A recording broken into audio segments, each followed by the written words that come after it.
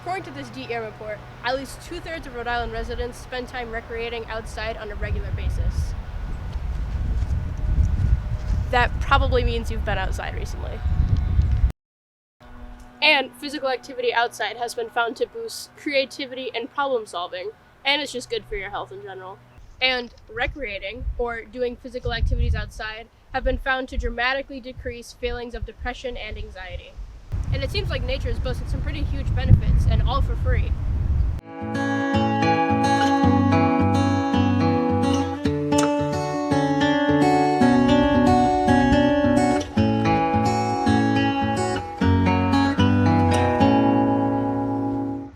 Nature isn't just great for your physical and mental health, but it's also awesome for hobbies. Many outdoor activities like cycling, rock climbing, and hiking can be social activities where you can foster meaningful connections with other people who share similar interests with you. It's relaxing, free, and can be a low-stress environment for anyone anxious around big groups of people. If you're craving third spaces, which is becoming a popular buzzword for spaces outside of work and school where people can naturally recreate and do things like just hang out and chat or unplug from the busyness and the rat race, as some people call it. Outside is a great third space that not only is free, it's accessible, and if you find a nice secluded place, no one will bother you. That doesn't even scratch the surface on the multitudes of things you can do. And to prove my point, I'm just going to put a list here.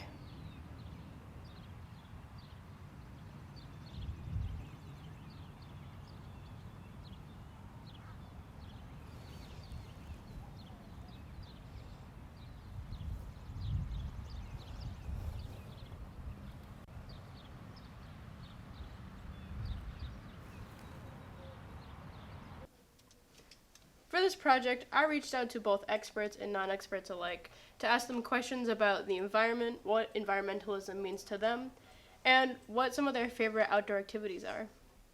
My name is Grayson. I am currently an intern at the Raynham Channel, and I took part of a environmental leadership program with Brown University. What are some outdoor activities you like participating in?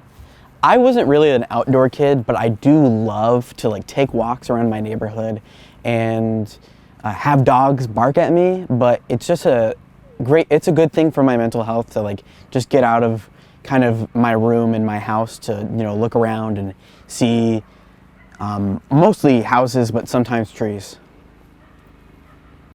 Hi, my name is Chris Gaynor, he, him pronouns, and I am the Climate Justice Specialist with the Rhode Island Department of Environmental Management, or our RIDEM, R-I-D-E-M.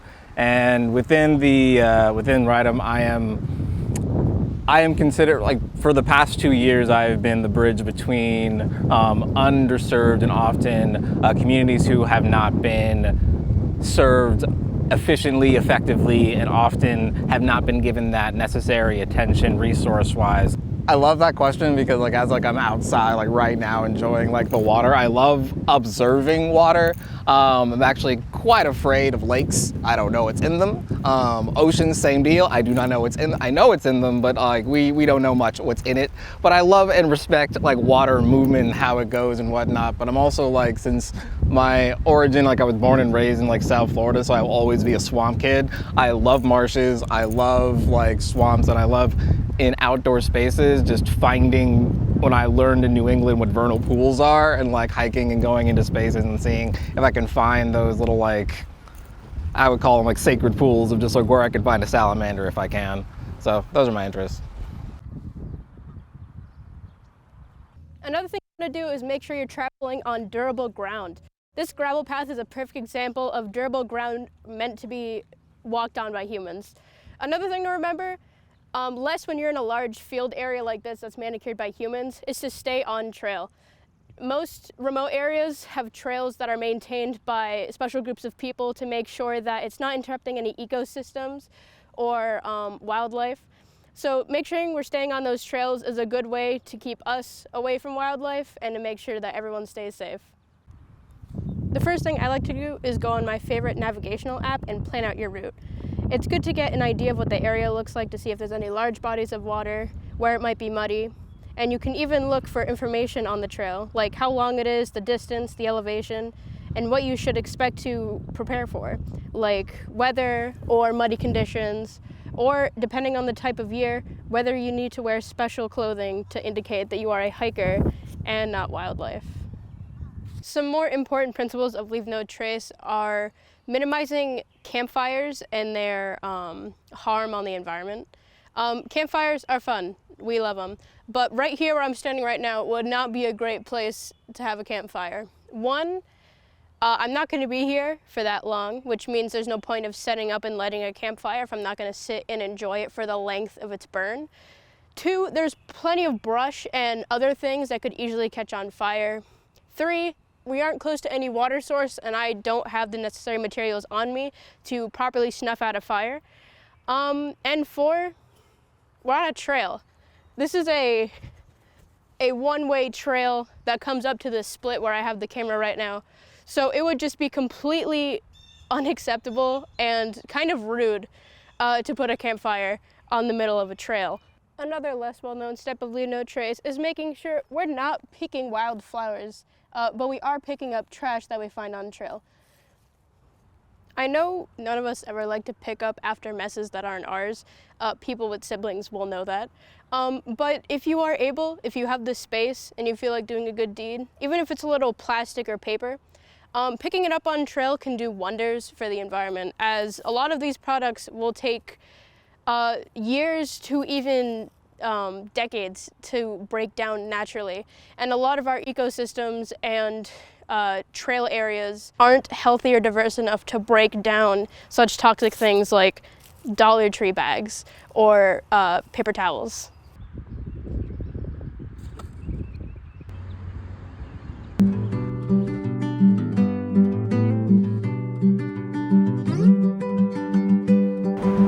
Also, ignore the haircut, it's for the environment.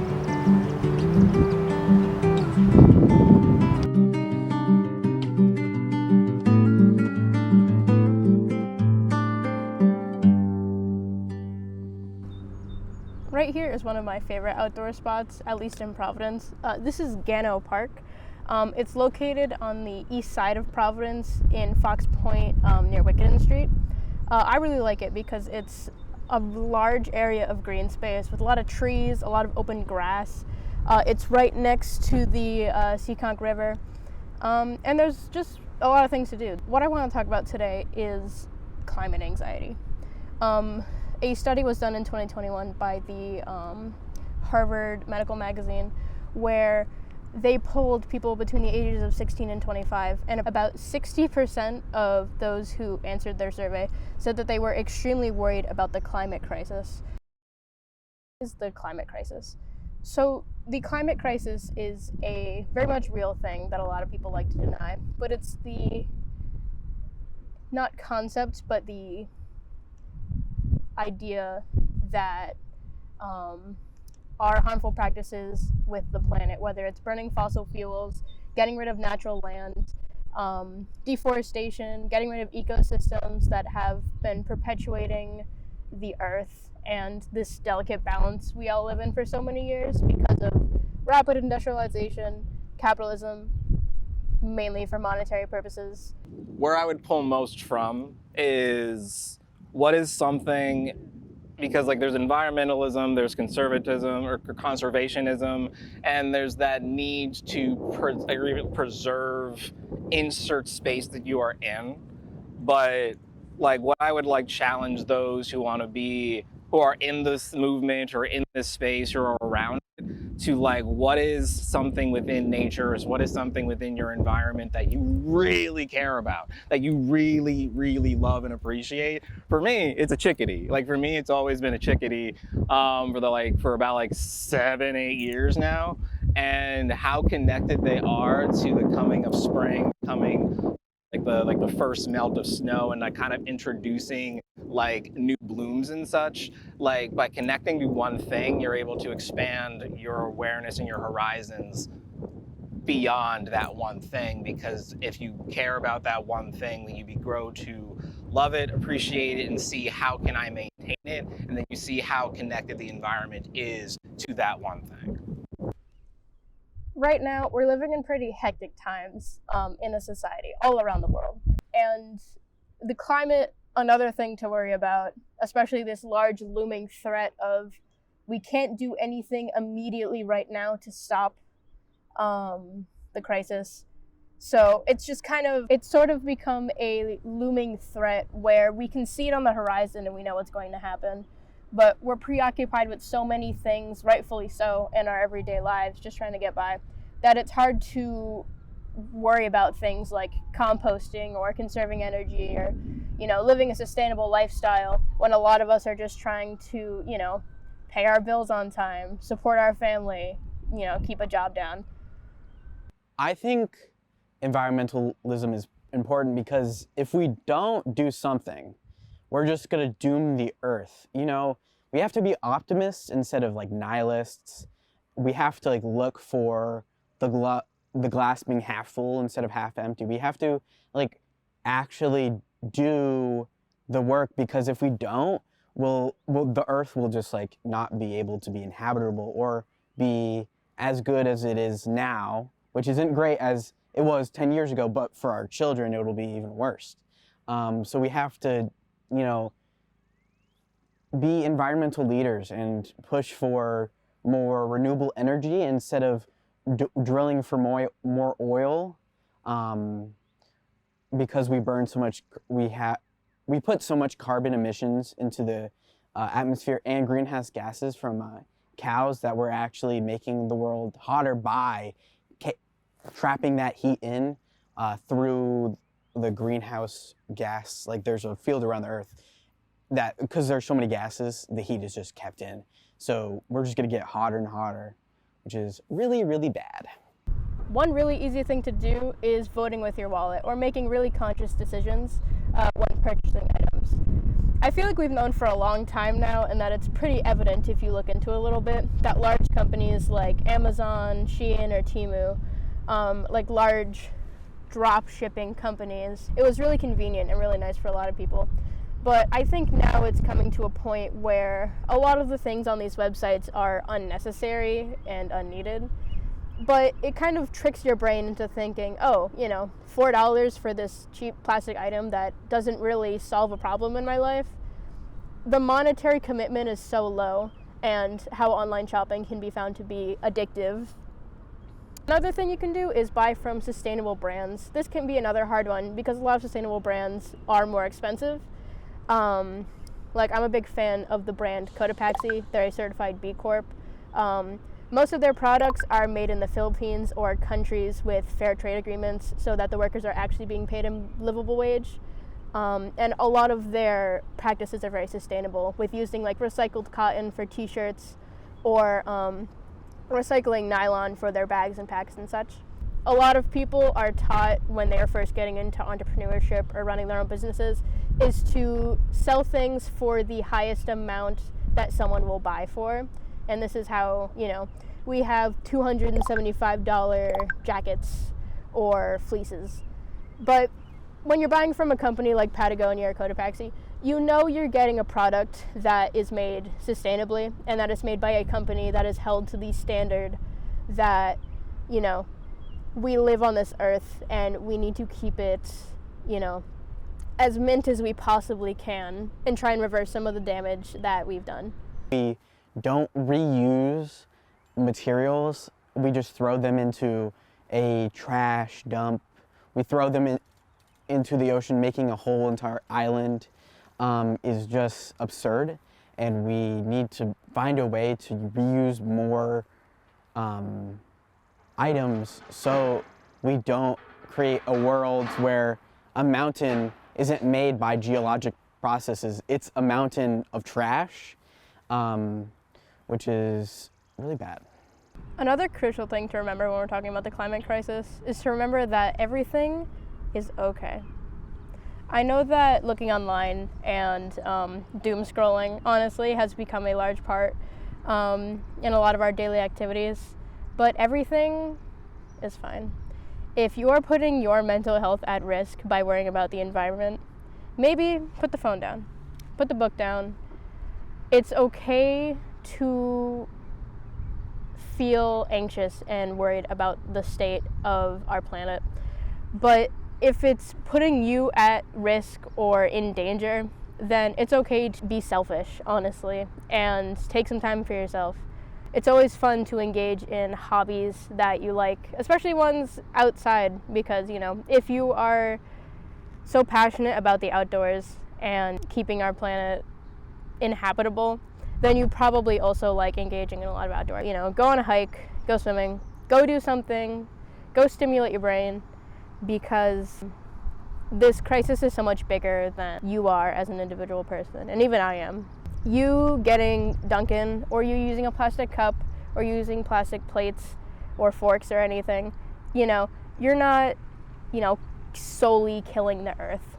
A lot of environmental impact and damage is caused by very large companies and corporations, especially big oil, you know. That is the challenge. Like within state government that has historically been an oppressor to majority of like underserved populations across the state. Like it can even be seen present day where there is more green spaces in certain spaces of the state versus others. Like having communication not just with the public but with staff of like DEM itself, of just how do we engage as a collective like with harms done and like how to move forward. So right now it's like in that beginning stages of how are we, like, as first off DEM staff, how are we connected to the public? Because like once we enter this role, we're not away from y'all. We are not away from like public. We are public. The only difference is now we have a degree of power to influence what is out. And then from the community side, it's like, how do you connect not just the work that we do, but also how are you personally connected to the spaces that you're in, right? Like there are people, for example, in Central Falls, where there's a space called like Valley Pond. Like I've talked to persons who have never heard of what that place is called. Like this Valley Pond is basically not a space as big as this. No, like it's a little bit smaller, but it's an overgrown like pond that has not had any attention. And as generations pass, people have forgotten what that place is. And like DEM has been working with the EPA specifically to kind of like clean that place up. So like I would say like my role, as well as like what I'm doing within DEM, is like how do you make those connections and intersections between people, the environment, and how each of us interact within it.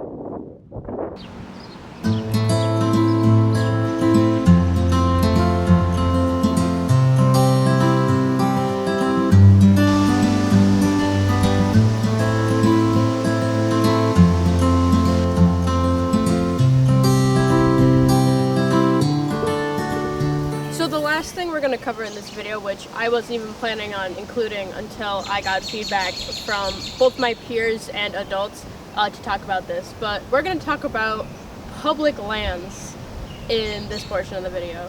When it comes to public lands, we've heard a lot about it either on the news or in our own personal circles from recent events with a certain administration cutting funding and staffing for certain organizations that keep our national lands as good as they can be, whether that's trail maintenance or manning ranger posts or like professionals who go out and rescue people, like rescue personnel. All of these jobs and programs have been being cut by the current administration, and that is why everyone is paying attention to public lands at the moment. And when we talk about public lands or national parks, it doesn't really resonate with a lot of people from New England who aren't inherently outdoorsy or are the type to travel to these national parks and national forests and walk on these historic national trails, which is what the National Park Service jurisdict over. But in our little corner of the country, New England, we only have one national park. About 29% of the entire United States are considered public land or government-owned land. The majority of the state of Nevada is government land, which When you look at Nevada, you're not looking at national parks or trails. You're just kind of looking at large swaths of the desert that the government owns for like weapons testing. You might think that us New Englanders don't have anything to do with national parks and shouldn't be worrying about them, seeing as we only have one located in Maine, that being Acadia National Park. But caring about public lands and national parks beyond what we can experience is really important. If there is mass injustice happening in the world, we don't turn a blind eye just because it's not happening to us. There's the saying that they're not coming for me, so why should I care?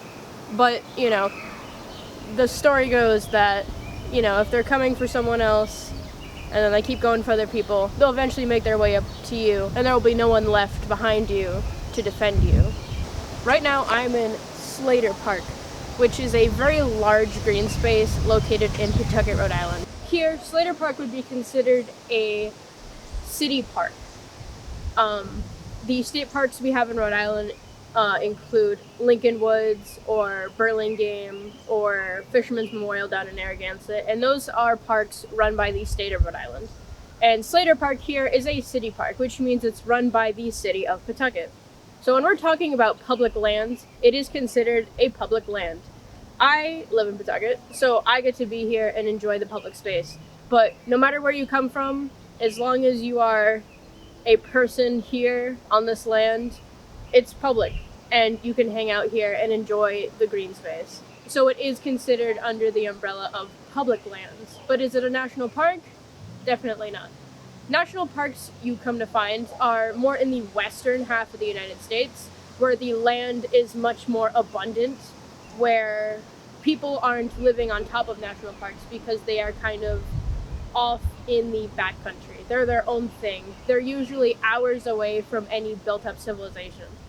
Any cuts to national parks, or the National Park Service in general, won't affect Slater Park, which is the primary park near me. But that doesn't mean I shouldn't care about it. The main question that gets brought up whenever we talk about national parks is, why should I care? Most national parks, you need to pay a fee or buy a ticket in order to enter. And if public land is for the public and anyone can go there to recreate, hang out, or enjoy nature, then why do we have to pay for these services? A lot of people can see national parks as more touristy places, especially large national parks in the West that become very large and well-known tourist attractions for people outside and inside the US. Like, the Grand Canyon is one of the 8 wonders of the world, and that is a national park. I've personally never been to a national park, but I would love to visit one. The closest one to me, as I've mentioned, is Acadia National Park, all the way up in Maine. I would love to go check it out and maybe hang out there for a few days.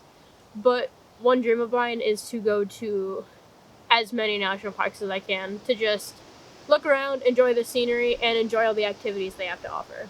That reminds me, there's so many activities you can do at some of these national parks. For a lot of national parks, it's just a really fun experience driving through them, which doesn't make any sense if you think about it. Because especially since cars and most vehicles that take gasoline or diesel are pretty bad for the environment, but a lot of national parks have their roads going in really weird directions, but the roads were put in to match the natural landscape in order to create less strain on the environment by paving down roads for people. Another thing a lot of national parks offer are rock climbing.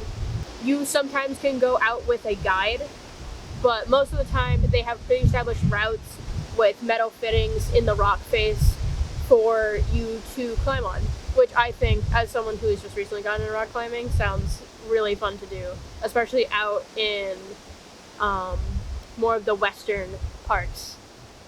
A lot of national parks also offer a lot of fishing opportunities and camping, which are 2 activities I'm really fond of and have been doing since I was little. And a lot of camping or backpacking in natural parks is unique to them, just like how they are in national forests and on national trails, is they're so remote that you can really get immersed in the landscape and the nature of it all. Like, a lot of campgrounds, especially over here in Rhode Island, You don't have to go far without finding a bunch of asphalt or a very fast road. A lot of campgrounds where you can pull up a trailer or even tent camp. Going to bed at night, you hear the crickets and cicadas while also hearing the F-150s and RAV4s zooming up and down the roads. If you have an outdoor activity that you're really fond of, you can probably facilitate that in a lot of the national parks around the country. So if you're ever given the opportunity to go visit a national park, I highly recommend you do. As someone who hasn't been to one. If you take anything away from this mini nature documentary, I want you to take away the fact that imperfect environmentalism is what we should be focusing on. I know we can get caught up in a lot of greenwashing tactics or genuine tactics in order to decrease our carbon footprint and create less waste in order to save the environment. But large acts and community efforts towards environmentalism and living low waste lives is what we should really be focusing on.